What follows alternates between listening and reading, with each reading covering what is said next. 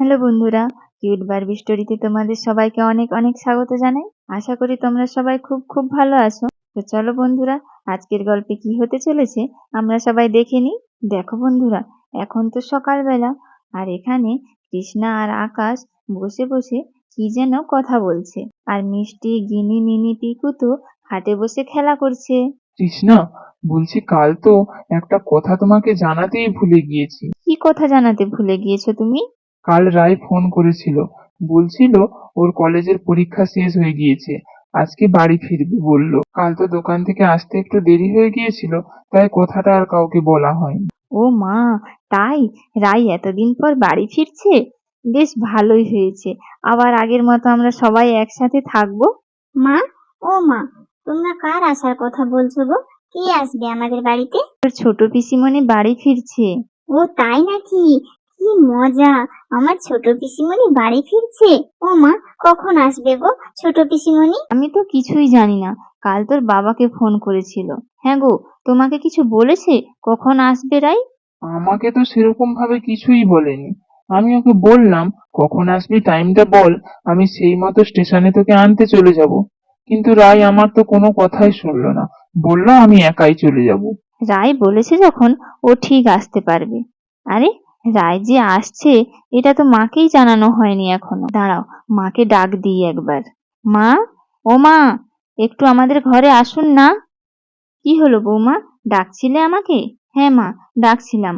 আপনার জন্য দারুণ একটা খবর আছে, আপনি শুনলেই খুশি হয়ে যাবেন। রায় আসছে আজকে।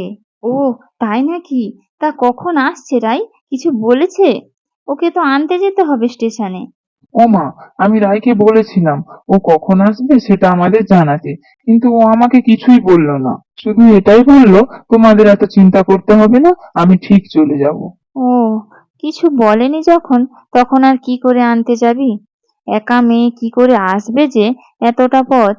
মা, আপনি এত চিন্তা করবেন না তো। রায় কি আরো ছোট আছে নাকি? ও বলেছে যখন তখন ঠিক আসতে পারবে, এত চিন্তা করবেন না তো। চলুন, আমরা রান্নাঘরে যাই, গিয়ে ভালো কিছু রান্না করি। এতদিন পর রায় বাড়ি ফিরছে, ওর জন্য কিছু রান্না করি। ঠিক বলেছো বৌমা, চলো আমরা রান্নাঘরে যাই। এই বলে তো কৃষ্ণা আর বিমলা রান্নাঘরে চলে গেল, আর আকাশও দোকান চলে যেতে লাগলো। সবাই তো যে যার কাজে চলে গেল, আমরা এখানে কি করব বলো?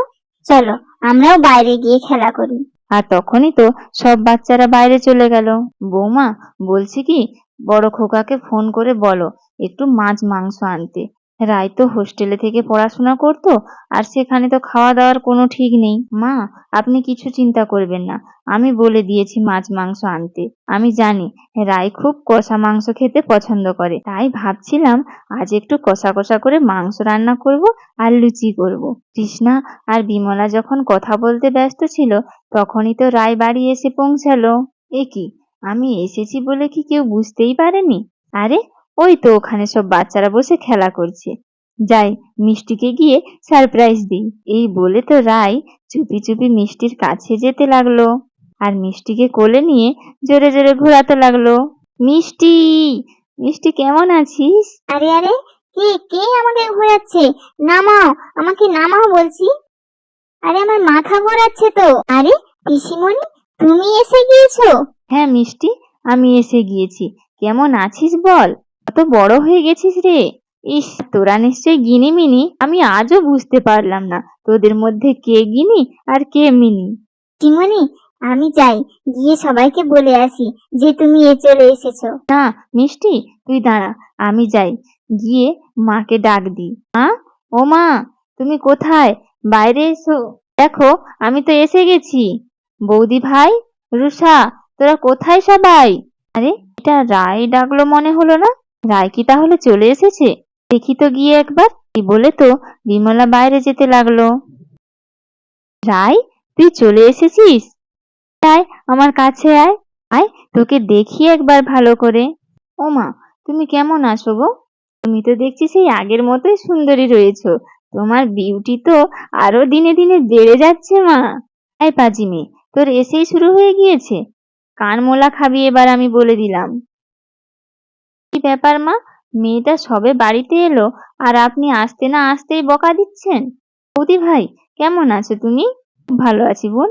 তোমাকে দেখে আরো ভালো হয়ে গিয়েছি। তোমাকে কি লাগছে দেখতে, একেবারে সিনেমার নায়িকা। খুব সুন্দর লাগছে তোমাকে দেখতে।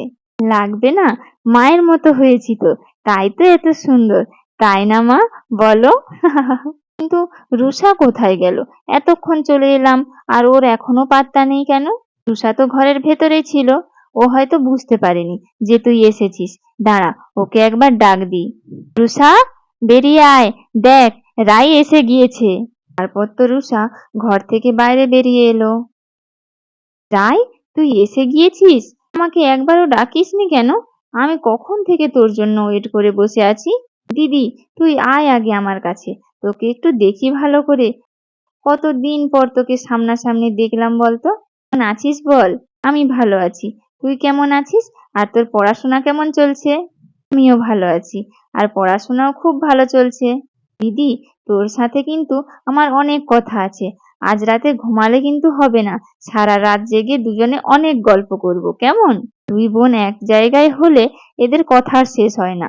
রাই, তুমি আগে গিয়ে ফ্রেশ হয়ে নাও, এতটা জার্নি করে এসেছো, আগে কিছু খেয়ে নাও, তারপর তোমরা সারা রাত ধরে গল্প করবে।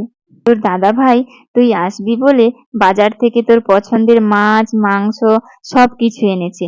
যা, তাড়াতাড়ি হাত মুখ ধুয়ে আয়। ঠিক আছে মা, আমি এক্ষুনি ফ্রেশ হয়ে আসছি। বৌদি ভাই, তুমি খাবারটা রেডি করো। বন্ধুরা, তোমরা সবাই দেখতেই পেলে রায় বাড়ি ফেরাতে বাড়িতে সবাই কত খুশি। তো আজকের গল্পটি তাহলে এখানেই শেষ হলো। ভিডিওটি ভালো লাগলে লাইক সাবস্ক্রাইব করে দিও প্লিজ।